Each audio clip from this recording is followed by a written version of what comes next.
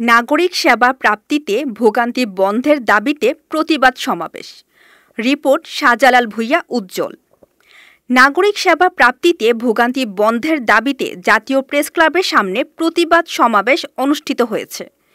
ঢাকা সাংবাদিক ইউনিয়নের আয়োজনে এতে নাগরিক ঐক্যের সভাপতি মাহমুদুর রহমান মান্না প্রধান অতিথি হিসেবে উপস্থিত ছিলেন।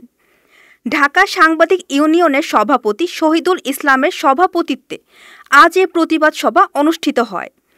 এ সময় বক্তারা জাতীয় নির্বাচনের জন্য আহ্বান জানিয়ে বলেন, যত দ্রুত সম্ভব জাতীয় নির্বাচন দিতে হবে। সংস্কার করেন, কিন্তু নির্বাচনটাও দ্রুত ব্যবস্থা করেন।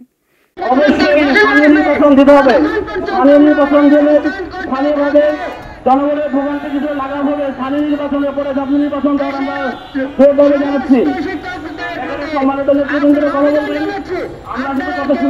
এতক্ষণ আপনাদের সাথে ছিলাম রেহানা সুলতানা প্রীতি। পরবর্তী নিউজ আপডেট পেতে চোখ রাখুন news24bd.net এর ফেসবুক পেজ এবং ইউটিউব চ্যানেলে। ধন্যবাদ।